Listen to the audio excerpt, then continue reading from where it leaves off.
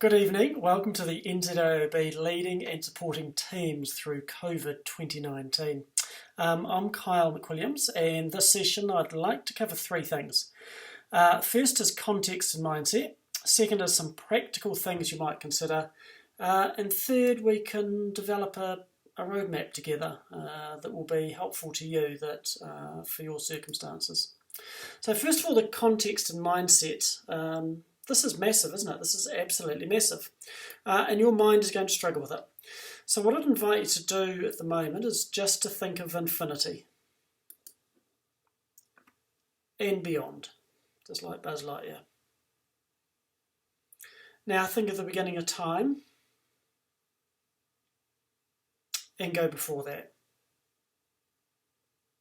Now think of COVID-19 and the whole world shutting down.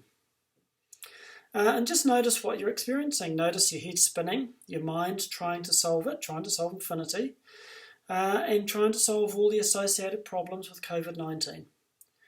And then there's the fear, the anxiety, frustration, and stress. So what I want to share with you, though, is the mindset. Here's a book, one of my favourites. Hopefully you can see that. Man's Search for Meaning, Viktor Frankl. And Viktor Frankl was a prisoner in the concentration camps, in one of the concentration camps, and he observed, he was a psychiatrist, and he observed that people who survived not so much because of their physical state, but it was because of their mental state. And I think leaders who lead through this will lead due to their mindset. I can't overstate the importance of the mindset, and this is the critical thing with this session because it precedes all the other suggestions I have. It'll change the function of them. That is, it'll help you head in the direction for what matters to you and your organisation. Let me share with you the importance of mindset and the implications of it.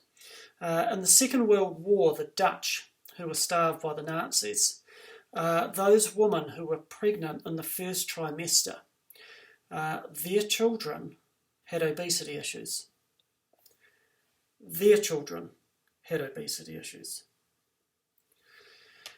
In the earthquakes, there are children now, prior to COVID-19, still suffering. Children with higher anxiety, higher stress, and lower academic performance. This will affect their children's performance. So how you move through this won't only affect how you feel now or the outcomes that you achieve now. And the science is clear, there can be better outcomes depending on what we do. It will affect your well-being in 6 months' time, in 12 months' time, and in 5 years' time.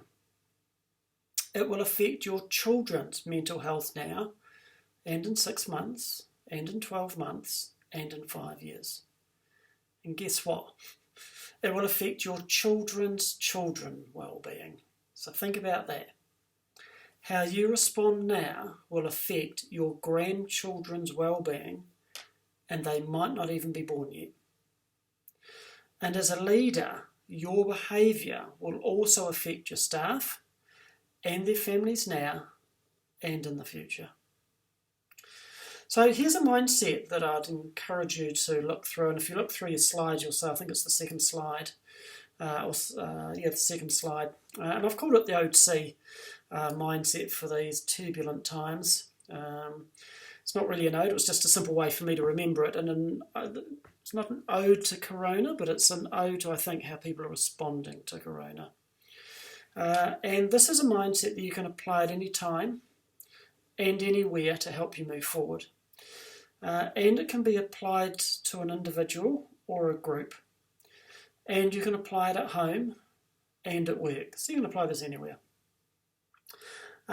You can then apply the practical things that I suggest through this mindset for better outcomes, both in health and both achievement. So the OC has 4 components. The first is open, deliberate, empathetic, and then calm. So the open, if we start with that, it's being open to the current context that you're in and you're dealing in and dealing with. And this is incredibly hard, if not impossible to comprehend. and there's no overall correct or perfect solution. And lots of us are struggling. Some are not, but some are, and either way there's nothing wrong. However you're responding is perfectly normal. Over the last few weeks, when I've been interacting with people and run groups, some things that have come up, these are the sorts of things that have been showing up. People have been feeling tired, flat, disappointed, guilty, frustrated, overwhelmed, and not motivated. So that's what they've been feeling, what they've been thinking. I'm not enough, self-doubt, beating myself up, worrying about work, worrying about home and work. And then doing, what are people physically doing? People have been reported that bad eating, not exercising, being distracted, withdrawn, cranky, and having siloed behaviour. So, and as a leader, you and your staff and families will be experiencing some of this. So I want to show you some things that you can do to help with this. And in helping yourself, you can help others. One, by modelling this, and second, by sharing some of this. So when we experience some of this stuff, we tend to turn away from it. Two things tend to happen. One, we turn away, or two, we try to over-process it. And I'll show you what you can do with the over-processing, the autopilot. But otherwise, so what we tend to do, of anything aversive, we will turn away from it. It seems intuitive, doesn't it, to try not to feel this stuff, to distract ourselves. And distraction is a common strategy. In fact, I saw in a widely shared presentation last week, the advice was to ignore your internal voice and distract with pleasurable activities. Good luck with that. It seems like this would work, but it doesn't. Let me show you how. Take chocolate cake. Chocolate cake. Oh, yum. Delicious chocolate cake. Lots of that. Can you taste it in your mouth? Taste it. Sticky, chewy, delicious chocolate cake. But chocolate cake's bad for this, isn't it? So let's distract ourselves. So instead of chocolate cake, think hats. Hats. Okay, not chocolate cake, not delicious chocolate cake. Hats. Think a hat. Distract yourself with a hat. Okay, you've got that? Now, what comes to mind when I share these? And no one's around, you're probably by yourself, so do this out loud with me. If I say black, what comes to mind? White. Hot, cold. Big, small. Hat, chocolate cake. There's no delete button or unlearning in the human nervous system. But now, instead of putting chocolate cake and doing something small and interesting, now put stress, anxiety, worry, all those things I just listed before. And now try to distract yourself with something pleasurable. As soon as you engage in those tasks, or you think about that task, you will think and feel about the thing you are trying to distract yourself from. So this common strategy, while it seems intuitive, actually amplifies and generalises to other settings. So it makes things worse, more intense. And then what do you do? How do you distract when you can't distract? Because what you're distracting with reminds you of what you're trying to avoid. And you end up in this loop, this amplified loop. So I'm going to share some things that you can do instead. And the things, some of them are counterintuitive. And the first is, instead of turning away from what's occurring internally, we can actually turn towards it. So here's what I invite you to do. Take your biggest issue right now. The one that's causing the most worry, or the anxiety, or the one that you keep thinking about, the one you're trying to avoid or distract. Pick that and just sit with it. And just sit with that and see if you can allow a little bit of space for what you're thinking and feeling. Because from that place you'll be empowered to move forward. And I don't have any silver bullets for you. There aren't any. There are no silver bullets, but there are some things that we can do. Whatever you're experiencing at the moment, notice that that's normal. Your thoughts, your emotions, they're not your enemy. And from this place, we have options to move forward.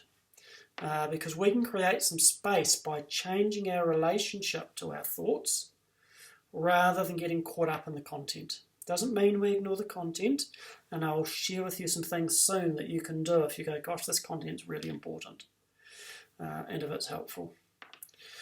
So here are some things you can do to get a wee bit of distance. One of the first is ask yourself, is this thinking helpful right now? 2 a.m. in the morning, it might not be. A lot of the times it's not, sometimes it is. If I have the thought, I am worried, the thought's right up here, I am worried about, or I am anxious about, here's the thought here. We can get a wee bit of distance to having it out here. Just by saying something and I am having the thought that I am worried. There's a massive difference between I am worried or I am anxious about this. And out here, a wee bit of space, I am having the thought or I am thinking that I am worried. We can also get a wee bit more distance. There's a part of us that notices.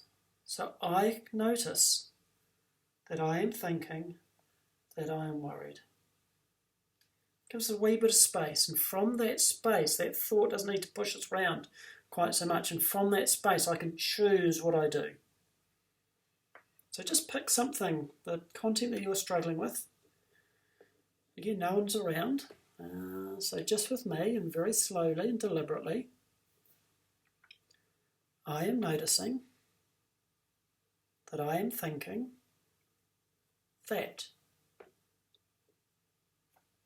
Notice that bit of distance? Wee bit of distance there. Doesn't push you around quite so much. One of the other things we can do is have some perspective taking, and that's the noticing. So I am noticing what I am doing. I'm noticing my thinking. The more you start to notice, then you can start to have choice. Begin by noticing, is my thinking on autopilot or is it deliberate?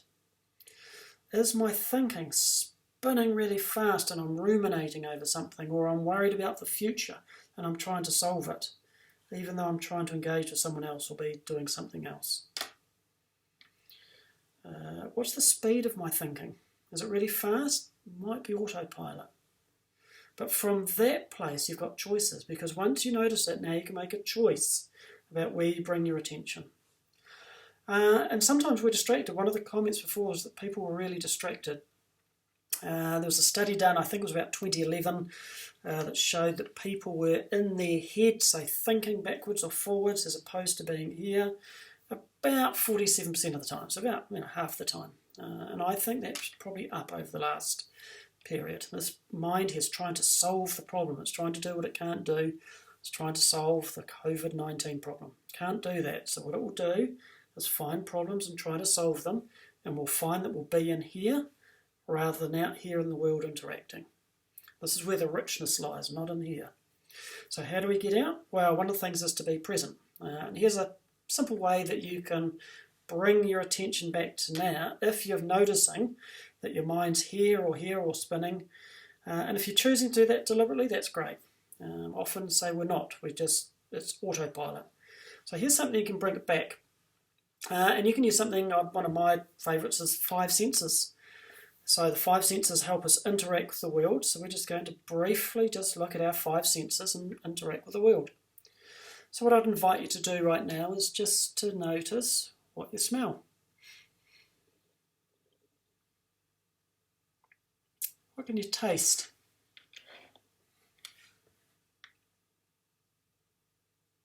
What can you touch? I'll grab a drink bottle. Just touch something and notice. I notice that's actually not smooth. What can you hear?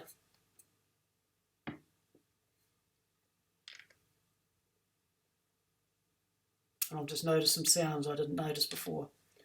And what can you see? Pick some things that you might look at. What can you see? Now, if you did that, most of you will be more present than what you might have been a few seconds ago. you can do that much longer. This is just the really condensed version. That's how you can bring that back. And from this place of noticing and being open to what we're experiencing and noticing this is going and it's trying to solve problems and bringing my attention back, from this place we can pivot and we can develop some deliberate thinking towards what matters, with compassion for yourself and for others. So the deliberate and flexible is being deliberate and flexible in your decisions and actions towards what matters for you and or your organisation. And what matters is the direction, it's the compass direction you're wanting to head. So for the organisation, what's the purpose of the organisation? What's it trying to achieve? That might be generically, or it might be through this period. So you might, instead of big arc, what's the purpose? Or you might say over a small arc, over the next week period, what's our purpose? And I'm going to show you some examples soon for that. If you apply this to yourself, what I'm talking about are your values. What's the compass direction for you? And some of the values that have been showing up when I've been interacting with people in groups are things like family care, really important at the moment, self-care, leading, achievement. We still want to do something. We could be at home and put life on hold, or we can live through this period.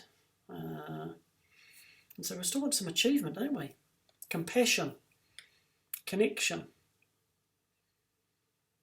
And from that place, in service of those things, what is the decision I choose, or what is the action I deliberately choose to do that will help me move forward in that direction?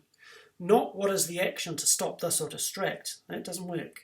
Or not the action to solve the big problems. That doesn't work. We can't solve some of the problems. How do I move forward? I had a client a couple of weeks ago worried about income, not surprisingly. And was this helpful thinking? Well, not at 2 a.m. in the morning it wasn't. Not during SLT meetings it wasn't. Not when he was playing with his children it wasn't. But it was helpful. So what he chose to do is to be open to the discomfort and deliberately sit down and deliberately work through the issues in service of what mattered, looking after his family.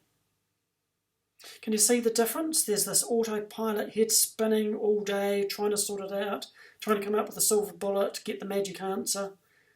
And as soon as you've done that, replace that problem with another one, and then another, and miss out on what's occurring without the day. Or be open to what you're experiencing and the discomfort that brings up, and from that place, when there are no easy options sometimes, making some deliberate decisions. Then we move on to empathetic. And when I first was thinking about this a few weeks ago, I was thinking almost 80-20, 80% empathetic with others, but also remember to be empathetic with yourself. What I've noticed, actually, that's the other way around. I got that backwards. My observation through this is that people haven't been terribly compassionate and empathetic to themselves. And in fact, out of 10, if 10 were the best, how kind have you been to yourself over the last couple of weeks? I feel like most people that I've interacted with, that number's quite low. Lots of flaying and whipping ourselves. If you're empathetic to yourself and if you're kind to yourself, you're much more likely in a leadership position to be kind and empathetic to others. Start with yourself. Again, from that place, you can make much better decisions. And I think we've seen some of this locally and internationally. Decisions that have been made that from a logical point of view are absolutely correct. They've come up with the right answer. And that's still not as helpful as they could have been, those answers. And in those cases, some things, I think sometimes what's been missing is that people perspective. So put this through the filter of that. And then the fine thing is calm and slow down while making space. So if you're calm going through this, that's part of being that deliberate. Calm, great role model. and slowing down and making space. And I had a question earlier. Somebody asked me, what do you do if you don't have time? How do you slow down? I said, you can apply this OC model very quickly. And the slowing down, if you have to make a rapid decision, the slowing down is taking a breath or 2 breaths and being deliberate in that point and making a decision. This isn't about expanding things out. This is about slowing this down and being deliberate. So you can still make rapid decisions from a calm, deliberate place. I'm going to share some practical suggestions in a moment, and what I'd encourage you to do is to view everything that I share through that OC model. Because what that's going to allow you to do is to engage in these behaviours, if you choose to, from a deliberate place, from a place of where things are open, and from a place where there are no silver bullets. So, some practical suggestions. My first one is to look after yourself.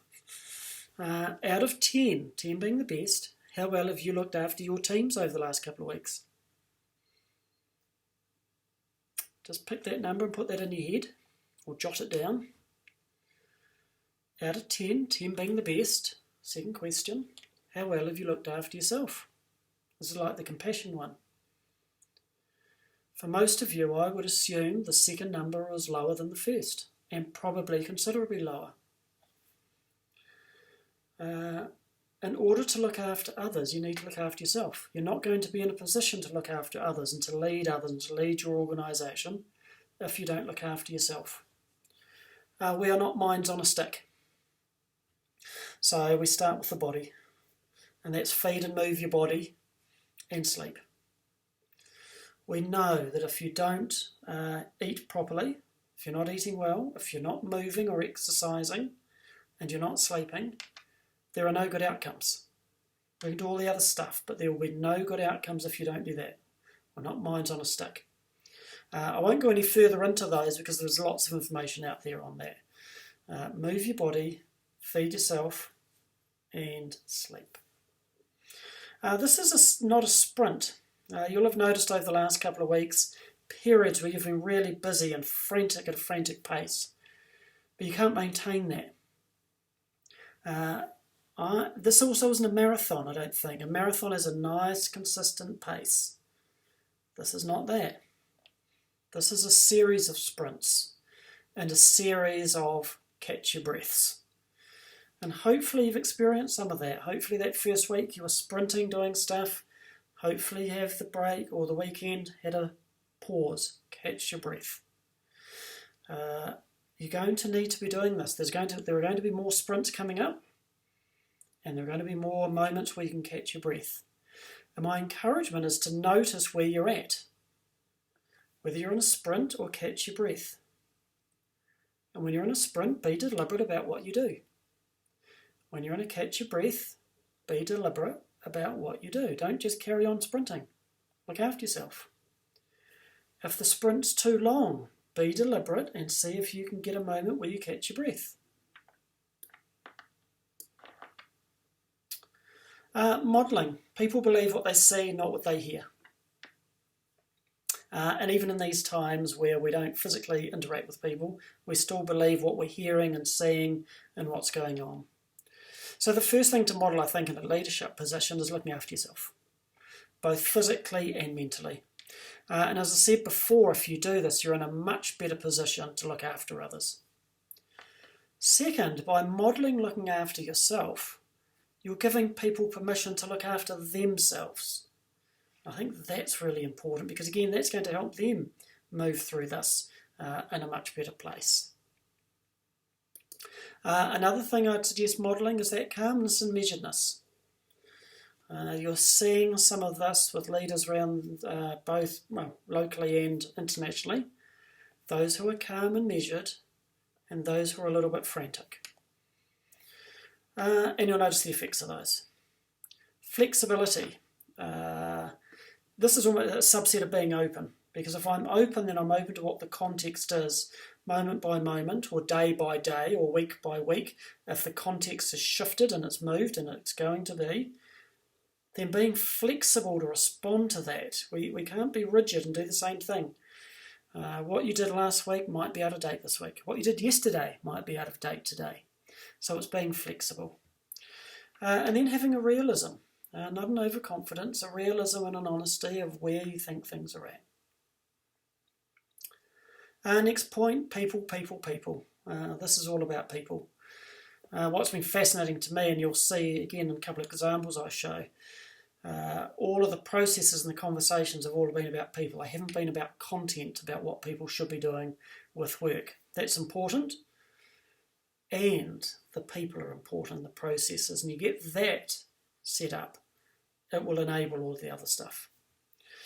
You'll observe and you'll have seen massive variability on how people are responding to this. Some will appear normal. I suggest they're still struggling. Everyone's struggling at some level. Some who appear understressed and some who are overstressed. That's okay. That's absolutely okay. My encouragement is not, regardless of where somebody is at, and you might be in a different place, you might be here and there, or you might be here and there. My encouragement is not to argue or debate somebody out of what they're thinking. You're not going to be able to do it. It's that empathetic, this is where they're at, what can we do now? Don't tell somebody not to worry. This is like the chocolate cake. Don't worry. Don't think of chocolate cake. Think of this. Don't worry. Do this. You can't do it. Think of a red apple right now. Think of a delicious red apple. Got it? You can taste it? Right, now don't think of a red apple. Do not think of a red apple. Chances are over the next minute you're going to think of red apples even more. Again, there's an amplification when you try this. So it has the opposite effect. Telling somebody not to worry isn't going to help them. And in fact, it minimises their experiences. My suggestion is, so not to get into the content of that per se, because you're not going to convince them. Instead, acknowledge where they're at and then pivot. Given this is where we're at, what can we do? What can we do now in service of what matters? Next point, create a strong purpose for the organisation. There are some of the organisations, some of you in the building industry, you're going to be really important now, and you're going to be really important when things get back. So what are you focusing on to move through this? From potentially not only being sustainable, but to thriving. It's not going to be BAU, there isn't. And the new normal, there isn't one. Because the new normal this week is going to be different from the new normal next week, which will be different from the new normal a month down the track. This is shifting and changing. There is no new normal. What are you going to do? And not from a passive, defensive perspective. How will you innovate? How are you going to energise people? I've got some clients who are getting ready to start back, and there's some nervousness and some anxiety and some excitement and some real meaning for doing some good work about what they can do. So this isn't a binary bad or good. It's not that. This is a mixture of a whole lot of things. And even that term good and bad, there's just different things occurring. It's a very rich mixture, and how do we move forward about these? And from a behavioural point of view, if people can work at the moment, they're able to work, I think that's a gift. I don't think it should be coerced onto people, and I don't think people should be looking at their percentage of pay and work out what they're doing. I think from that personal, what matters, on that level, if people can work in service of that, of contributing, of connecting, then work is a gift. And if that aligns, then what does it do? How can we align it to the next level for the organisation? Can we align it with that and sit with that? If it doesn't sit here, I wouldn't be coercing people into work. This is not a normal context. But if people can, I think it's absolutely brilliant for them. My final point really is communication. Again, we're seeing some really neat examples of this, and we're seeing some not so good examples, and you're seeing the effects. And so here I think some of the characteristics of the communications that are effective and helpful in this time. The first is they're really regular, they're updating. and they're realistic. They're clear and concise. I remember Bob Parker and the earthquake. Here we are, 9 years later, and I can remember 2 of the 3 points off the top of my head. Stay at home and look after yourselves. Look after your neighbours. That's two. I think there were 3 points. There's 2 of them. At the moment, we have stay home, save lives. Brilliant. You can tie a whole lot of behaviours that sit under that. We've got stay in your bubble. That's new language, isn't it? Really cool language. A little bit of confusion at the start, even from some of the government, what that meant. But that's pretty cool terminology. So you've got this nice language, and now you can tie in specific behaviours under that to support that. The messages are aligned, and they're empathetic, and they tie into the bigger purpose. You look at that, stay home, save lives. I think that's just brilliant, because what it does is gives you a very clear, simple behaviour. Stay home, pretty clear. But it also gives you the purpose, the meaningfulness. You stay home in service of what? In service of what matters. And what matters? Saving lives. Pretty simple, very clever. Great messaging. And be incredibly deliberate. And be incredibly flexible.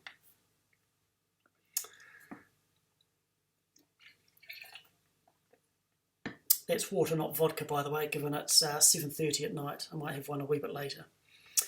What I'd like to share with you now is a roadmap that you can use. And I'll share some examples, and you'll see some of the examples that you'll have both on the PowerPoint and a handout from a couple of organisations done at the group level, done at the organisational level for this roadmap.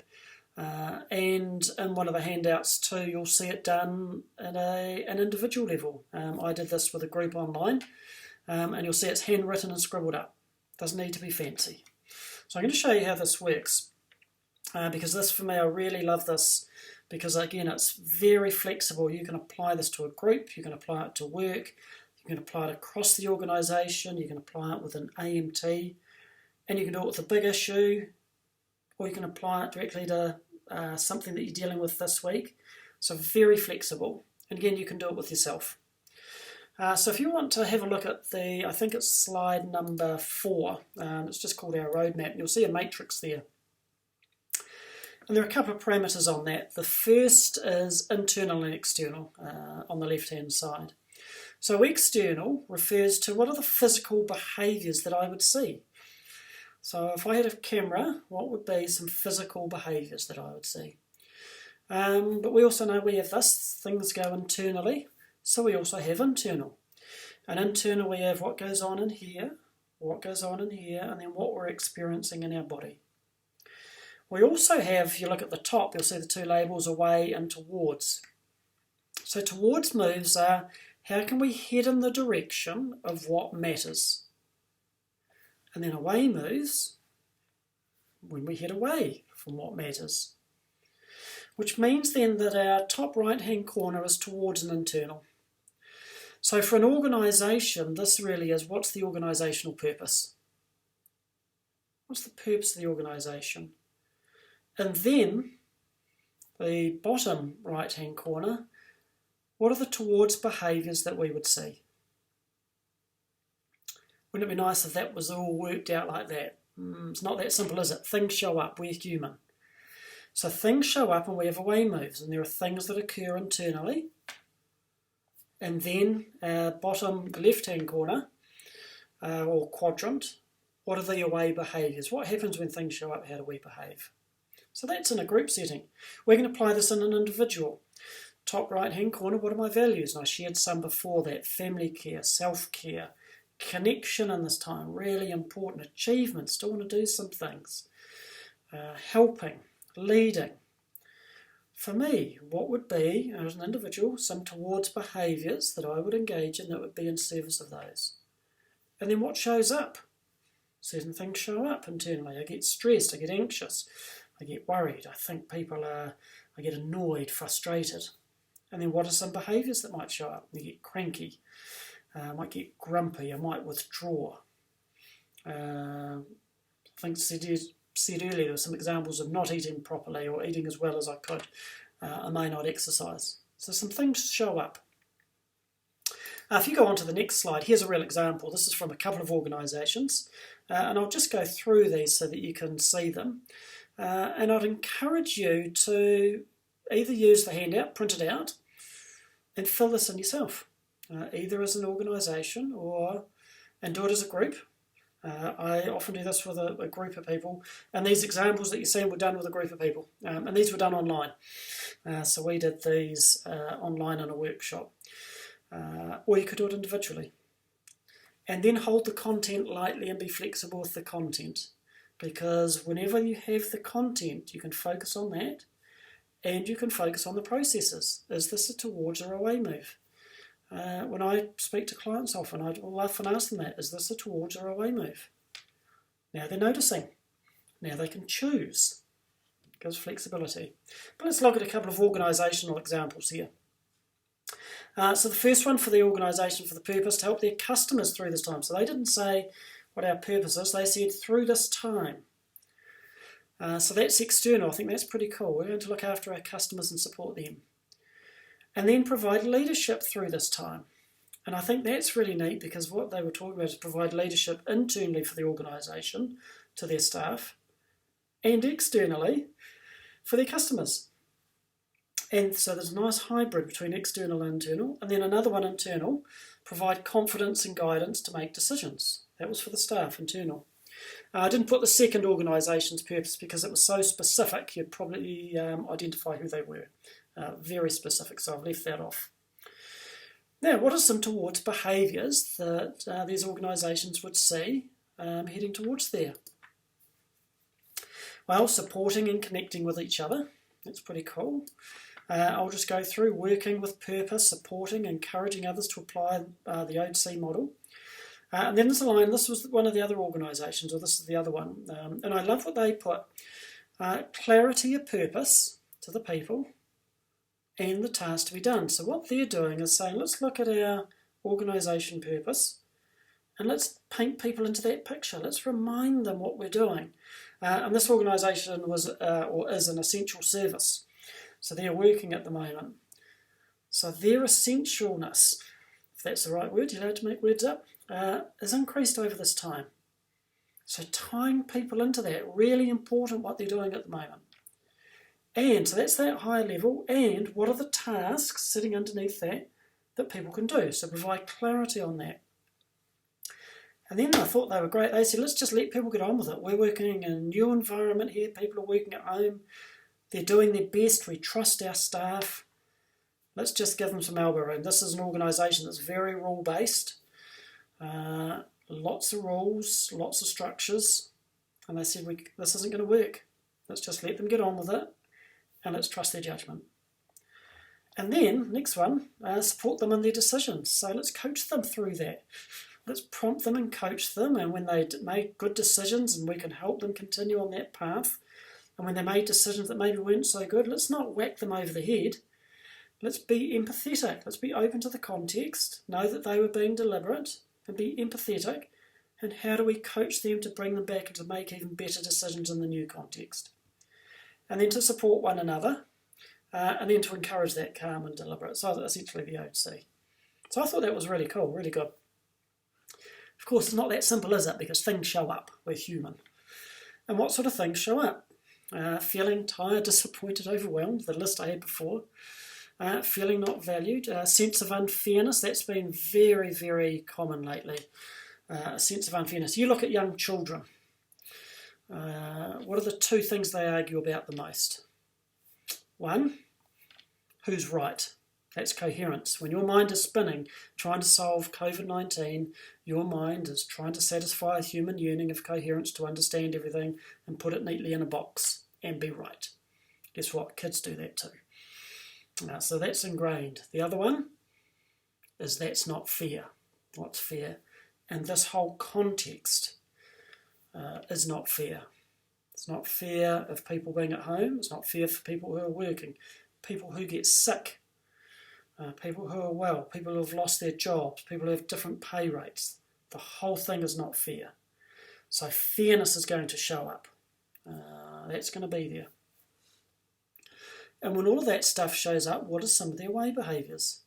People do even less. They withdraw, they get cranky, distracted, siloed behaviour. Some people might do more. And again, that's this, right, if I'm just coherent, get this sorted, get that one sorted, get that. So they'll actually be busier, but they're not doing it in service of values. They're doing it in service of this. So that's what shows up. So how do you pivot when that stuff shows up and start behaving and getting towards the towards move? Well, first thing I'd do is encourage the towards move and be proactive on those. Deliberately try to encourage them and deliberately try to be heading in that direction. And then when things show up, which they will do, things show up for all of us. Things have shown up for me over the last few weeks.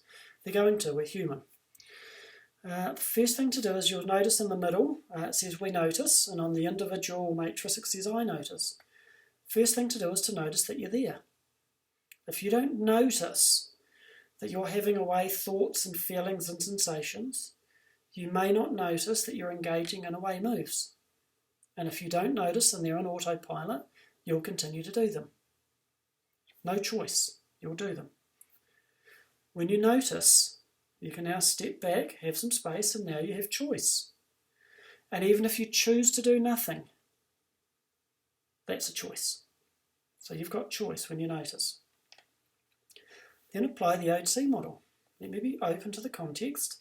What's the deliberate action I choose to take? Can I be compassionate and kind to myself given I'm struggling at the moment from having an away move? And can I move forward calmly? I was speaking with a client today. They were struggling today. They're having a bad day. And as through our conversation, I said to them, this is okay. This is absolutely normal. It's fine. And as I said to them, I'm not going to try and solve that for you today. This is okay. You can choose what the deliberate action is that you choose. Whether or not you choose to engage in towards move. And they did. They chose to engage in some towards moves. And I would pick that they would probably be feeling more energetic a bit later. You can connect with that purpose. If I'm struggling and you're at away moves, connect with that purpose again. And then in the right-hand bottom, the bottom right-hand quadrant, choose a small action. Choose a small action. What this will do is tell you, right, I must do 3 hours hard work or I must get that project done. I bet all of you who had goals and went, great, I've got a bit of time at home, that will give me a bit of free time, some space. I can get this project done and that project. And I bet you pick big things, big chunky things that you would get done.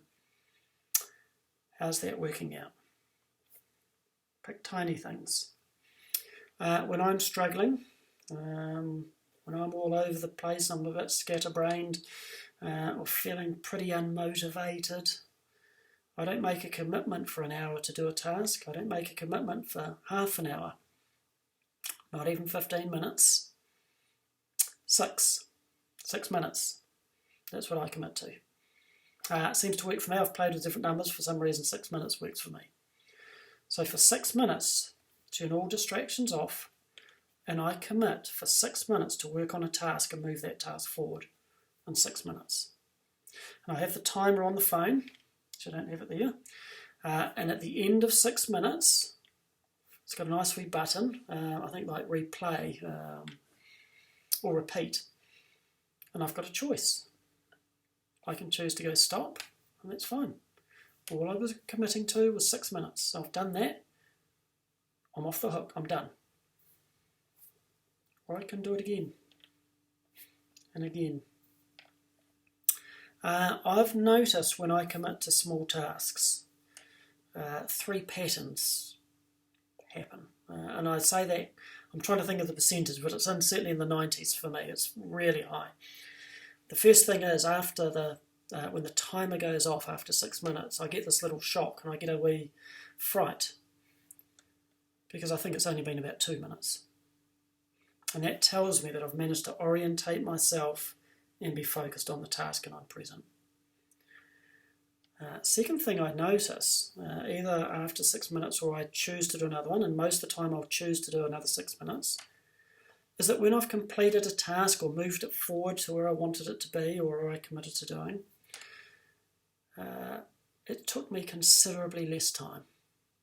My efficiency was way higher and the degree of the task wasn't, most of the time, as challenging as I thought. And then the final thing I notice is that the enjoyment or enrichment of the experience, something I'd been avoiding and I thought this would be awful and frustrating, it's actually an enriched experience. All of that by committing to 6 minutes. Give it a go, have an experiment, try it, see what you think. And if you do, send me an email. I'll be really curious to see what you've experienced. My final comment tonight is my final suggestion. And this is something that I use both proactively and I use this big picture. So I use it for that big direction, what matters, and the behaviours. And I use it when I'm struggling with something that's come up, or I've got a decision and I'm not sure which way to go. I do this. So again, you can use this proactively or when you're struggling. Or if you get stuck, you're not sure what to do. And knowing in this, there's no silver bullet. And sometimes there's not even an answer for what you're facing. So what do you do when there's not even an answer? Well, I'm going to show you something where you can use this to access the wiser part of yourself. If the 10-year older you could write you a letter, what would it say? What would it say to do right now in the context you are facing at this moment? So right now in front of you, you've got an issue. What would that letter say to do? What would it say to do over this period?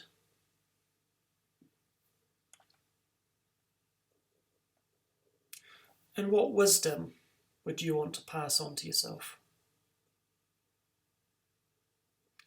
As I said, I often do this myself. I often ask myself, what would the older, wiser me advise me right now? That's all I want to share tonight. As I said before, I'd view what you've seen tonight as an experiment. Play with some of the stuff. Play with the OC model. Experiment with it. Notice what happens. See if you can be deliberate. Use the roadmap and then apply the OC model through the roadmap. Can I be open to where I am? Can I be deliberate? Can I be empathetic to others and to myself? And can I be calm? And if you do, I'd be curious your experiences. So feel free to email me or give me a call and share. Thanks for watching.